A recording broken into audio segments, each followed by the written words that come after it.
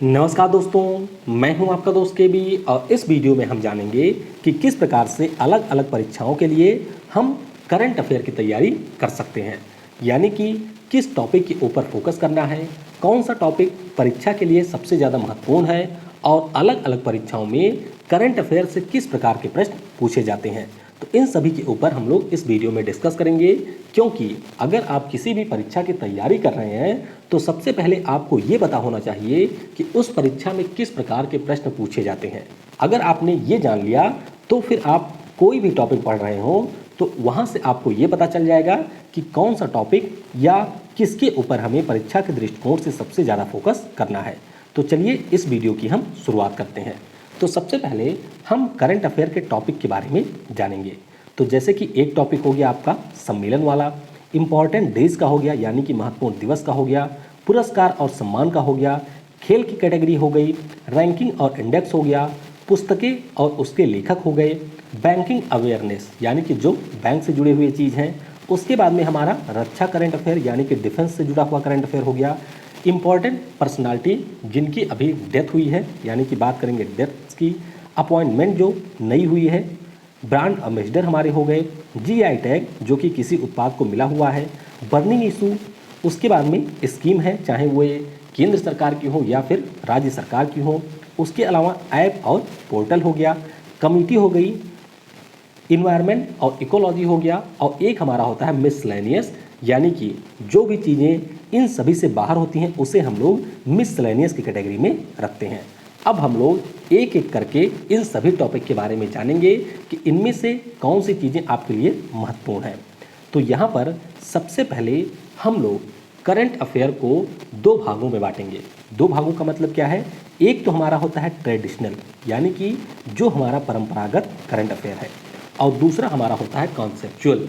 तो ध्यान रखिएगा, जितने भी आपके वनडे एग्जाम होते हैं उन सभी के लिए ट्रेडिशनल करंट अफेयर ही पर्याप्त होता है, यानी कि आपको कॉन्सेप्चुअल करंट अफेयर के ऊपर फोकस नहीं करना होता है, ट्रेडिशनल से ही आपका काम चल जाएगा। लेकिन अगर आप किसी स्टेट पीसीएस की तैयारी कर रहे हैं या फिर यूपीएससी की तैयारी कर रहे हैं तो उसके लिए जो करंट अफेयर का सिनारियो होता है वह बिल्कुल बदल जाता है, क्योंकि यहाँ पर जो प्रश्न पूछे जाते हैं वह भी थोड़े से अलग होते हैं। और दूसरी बात, इन परीक्षाओं में आपको लिखना होता है आंसर, तो आंसर राइटिंग में भी आपके जो कॉन्सेप्चुअल करंट अफेयर होते हैं उनका काफ़ी ज़्यादा महत्वपूर्ण रोल होता है। तो ध्यान रखिएगा, हमें मुख्य रूप से फोकस करना है ट्रेडिशनल के ऊपर, क्योंकि हम वनडे एग्जाम की तैयारी कर रहे हैं। अब बात करेंगे सबसे पहले समिट के बारे में, यानी कि अगर कहीं पर कोई सम्मेलन आयोजित किया गया तो उससे आपको क्या क्या चीज़ें याद रखनी है। तो सबसे पहले आपको ये याद रखनी है कि अगर कोई सम्मेलन हुआ है तो उसका आयोजन कहाँ पर किया गया, किस संस्थान के द्वारा उसका आयोजन किया गया, और भारत की तरफ से किसने उसमें पार्टिसिपेट किया। अब अगर आपके भारत में कोई सम्मेलन हुआ लोकल वाला तो वहाँ पे तो आपको सिर्फ ये ध्यान रखना है कि कहाँ पर हुआ, किसने ऑर्गेनाइज किया। लेकिन अगर कहीं बाहर सम्मेलन होता है, जैसे मान लीजिए G20 का हो गया, G7 कंट्रीज़ का हो गया, बिम्स्टेक का हो गया, तो फिर आपको ये भी ध्यान रखना होता है कि भारत की तरफ से किस व्यक्ति ने उस सम्मेलन में पार्टिसिपेट किया है। तो सम्मेलन में आपसे तीन चीज़ें पूछी जाती हैं, और इसके अलावा इसमें एक चीज़ और पूछी जा सकती है, वह है उस सम्मेलन की थीम। तो अगर कोई इंटरनेशनल सम्मेलन है तो उसकी जो थीम होती है यानी कि जो विषय होता है वह भी आपके लिए महत्वपूर्ण होता है। तो मुख्य रूप से चार चीज़ें आपको याद रखनी होती हैं, कहाँ पर उसका आयोजन हुआ, किसके द्वारा आयोजन हुआ, उसमें किसने भाग लिया, और उस सम्मेलन का अगर कोई थीम रहा है तो वह फिर क्या था। फिर बात करते हैं इम्पॉर्टेंट डेज की। तो इम्पॉर्टेंट डेज से आपसे सिर्फ दो टाइप के सवाल पूछे जाएंगे, एक तो वह दिवस कब मनाया जाता है और उसकी थीम क्या रही। इसके अलावा आपसे इम्पॉर्टेंट डेज से कोई भी प्रश्न नहीं पूछा जाएगा। तो अगर किसी भी इम्पॉर्टेंट डेज की जो थीम है वह काफ़ी ज़्यादा बड़ी है तो उसे आपको स्किप कर देना है। क्या कर देना है, उसे आपको स्किप कर देना है। कोशिश करनी है कि जो छोटे थीम हो और उस दिवस की जो डेट है यानी कि जब वह मनाया जाता है उनके ऊपर आपको फोकस करना होता है। अब बात करेंगे अपॉइंटमेंट की। तो अपॉइंटमेंट यानी कि जब किसी की नई नियुक्ति की जाती है, तो यहाँ पर आपको ध्यान रखना है कि किस पर्सन का अपॉइंटमेंट किया गया है, और कई जो महत्वपूर्ण अपॉइंटमेंट होते हैं उनमें आपको ये भी ध्यान रखना होता है कि उन्होंने किसका स्थान लिया। जैसे अभी जो हमारे संयुक्त राष्ट्र में प्रतिनिधि थे सैयद अकबरुद्दीन जी, वे सेवा विमुक्त हुए और उनका स्थान लिया है तिरुमूर्ति जी ने, टीएस तिरुपति जी ने। तो आपको ये भी ध्यान रखना है कि ये हमारे बने हैं नए और इन्होंने किसका स्थान लिया है वो भी आपको ध्यान रखना है। यानी कि जो सबसे ज़्यादा महत्वपूर्ण होती हैं नियुक्तियां, उनमें आपको इन दोनों चीज़ों के ऊपर फोकस करना है। बात करते हैं डेथ वाले टॉपिक की। तो इस टॉपिक को आप वैसे स्किप भी कर सकते हैं। हाँ, कोई बहुत ही महत्वपूर्ण व्यक्ति हो गया, कोई ऐसा व्यक्ति जिसने काफ़ी ज़्यादा अचीव किया है अपने जीवन में, तो उसके बारे में आपको ज़रूर ध्यान रखना है। जैसे कि अभी आपको पता होगा जो वहाँ के खिलाड़ी थे बास्केटबॉल के, तो उनकी डेथ हो गई थी, तो उनसे परीक्षा में ऑलरेडी प्रश्न पूछा भी गया। तो इस प्रकार से जो बहुत फेमस पर्सनालिटी होती हैं उनकी डेथ के बारे में आपको ध्यान रखना है। और अगर आप चाहें तो इस टॉपिक को स्किप भी कर सकते हैं। फिर हम बात करेंगे बर्निंग इशूज़ की। ये जो टॉपिक होता है कई बार लोग इसको स्किप कर देते हैं। बर्निंग इशूज़ का मतलब है ज्वलंत मुद्दे। जैसे कि पिछले वर्ष नोबेल पुरस्कार का वितरण किया गया, तो नोबेल पुरस्कार से आपको सिर्फ एक प्रश्न नहीं पूछा जाएगा, वहां पर पूरे नोबेल पुरस्कार के इतिहास से जुड़ा हुआ कोई भी प्रश्न आपसे पूछा जा सकता है। तो वहां पर आपको उसके पूरी हिस्ट्री के बारे में पता होना चाहिए। जैसे इस वर्ष पद्म पुरस्कारों का वितरण किया गया, तो पद्म पुरस्कारों के संबंध में जो भी इतिहास रहा है, जो भी उसमें महत्वपूर्ण व्यक्तियों को पुरस्कार दिए गए हैं, उनके बारे में भी आपको ध्यान रखना है। इसी प्रकार से कोई मेजर इवेंट हो गया तो उस इवेंट से जुड़े हुए सारी चीज़ें आपको ध्यान रखनी है। जैसे इस वर्ष फिल्म फेयर पुरस्कारों का आयोजन किया गया, तो कहाँ पर आयोजन हुआ, किसको कौन सा पुरस्कार मिला, ऑस्कर पुरस्कार हो गए, तो इन सब के बारे में आपको थोड़ा सा डिटेल में पढ़ना होता है, चाहे आप वनडे एग्जाम की भी तैयारी कर रहे हों। अब बात करेंगे बैंकिंग अवेयरनेस की, यानी कि जो हमारे बैंक से जुड़े हुए मुद्दे हैं। तो बैंकिंग सेक्टर में जो भी मेजर डेवलपमेंट हो रहे हैं, आरबीआई के द्वारा कोई अगर नया नियम लगाया गया है या कोई भी नई गाइडलाइन जारी की गई है, बैंकों के द्वारा कोई नई स्कीम जारी की गई है या उनके द्वारा कोई विशेष प्रावधान शुरू किए गए हैं, तो उन सभी के बारे में आपको ध्यान रखना होता है। यानी कि बैंकिंग अवेयरनेस का जो फील्ड है यह आपके बैंक से रिलेटेड एग्जाम के लिए सबसे ज़्यादा महत्वपूर्ण होता है। फिर बात करेंगे पुस्तकें और लेखक की। तो यहाँ से आपको दो चीज़ें याद रखनी है। एक तो उस पुस्तक को लिखा किसने है, और अगर किसी विशेष व्यक्ति ने उस पुस्तक का अनावरण किया है तो आपको उस पुस्तक के ऊपर और ज़्यादा फोकस करना है। और कई बार क्या होता है कि किसी अवार्ड फंक्शन में किसी विशेष पुस्तक के लिए उसके राइटर को भी पुरस्कार मिलता है, तो वह भी आपके लिए महत्वपूर्ण हो जाता है।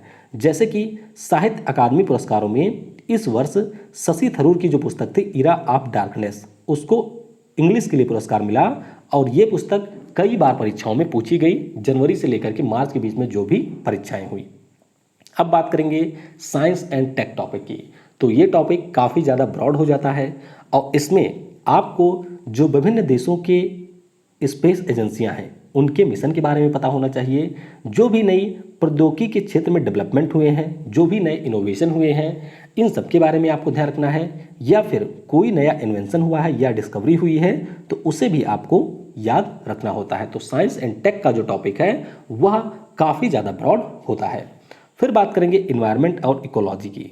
तो इन्वायरमेंट और इकोलॉजी का जो फील्ड होता है, इसमें जो भी हमारे पर्यावरण या पारिस्थितिकी से जुड़े हुए मेजर डेवलपमेंट होते हैं, किसी नई स्पीसीज की खोज की जाती है या फिर इनसे जुड़े हुए जो संस्थान हैं जैसे कि IUCN हो गया, CMS हो गया, इनके द्वारा कौन कौन सी स्कीम है या फिर इनके द्वारा कौन से प्रोविजन किए जा रहे हैं, इन सभी के बारे में आपको पता करना होता है, यानी कि याद रखना होता है इन्वायरमेंट और इकोलॉजी के टॉपिक से। फिर बात करेंगे अवार्ड्स की। तो अवार्ड्स में मुख्य रूप से आपको ये याद रखना होता है कि उसका विनर कौन रहा, यानी कि उस अवार्ड से किसे सम्मानित किया गया और किस संस्थान के द्वारा वो पुरस्कार दिया गया है। तो सिर्फ दो चीज़ें आपको याद रखनी होती हैं। इनमें भी सबसे ज़्यादा महत्वपूर्ण होता है कि विजेता कौन रहा। फिर बात करेंगे रैंकिंग एंड इंडेक्स की।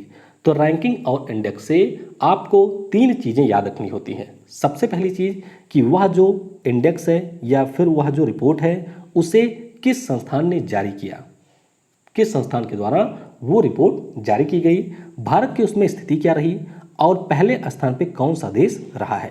हालांकि कई बार इसमें थोड़े से घुमा करके भी प्रश्न पूछे जाते हैं, लेकिन मुख्य रूप से जो 90% क्वेश्चन होते हैं इस टॉपिक से वे आपको इन्हीं तीनों से मिलेंगे, यानी कि किसने उसे जारी किया, भारत का स्थान क्या रहा और पहले स्थान पे कौन रहा।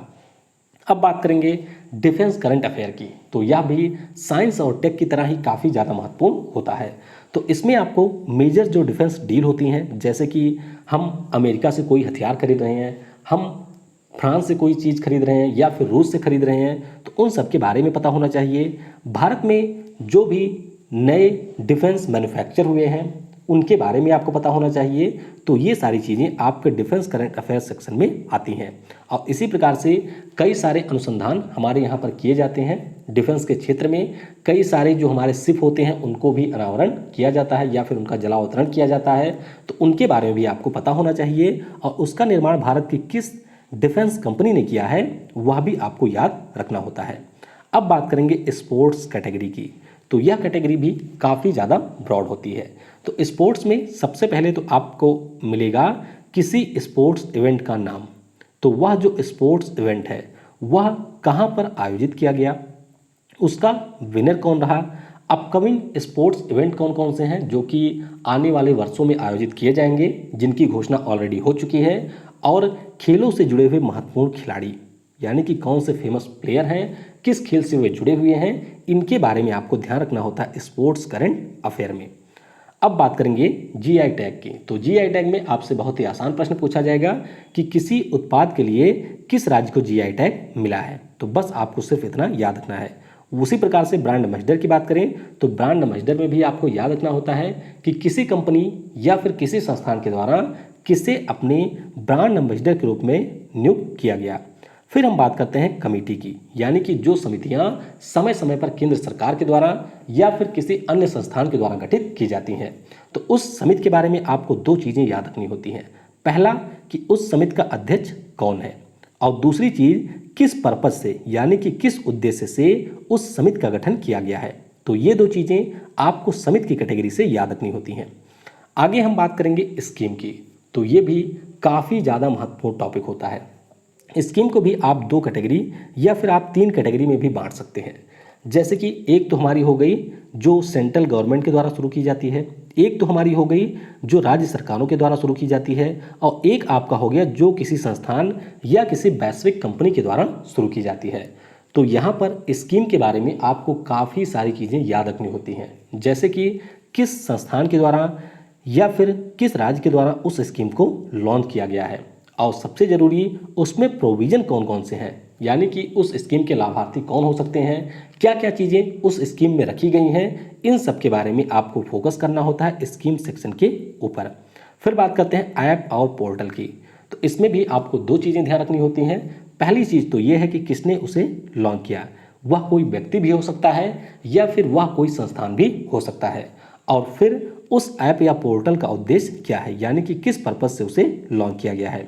फिर बात करते हैं मिसलेनियस की, तो जो सारी चीज़ें यहाँ पर आपकी छूटती हैं उनको हम लोग मिसलेनियस कैटेगरी में रख सकते हैं। जैसे कि किसी देश में कोई मेजर डेवलपमेंट हो सकता है, या फिर आप कह सकते हैं कि वर्तमान में कौन क्या है, इसे भी आप रख सकते हैं मिसलेनियस की कैटेगरी में।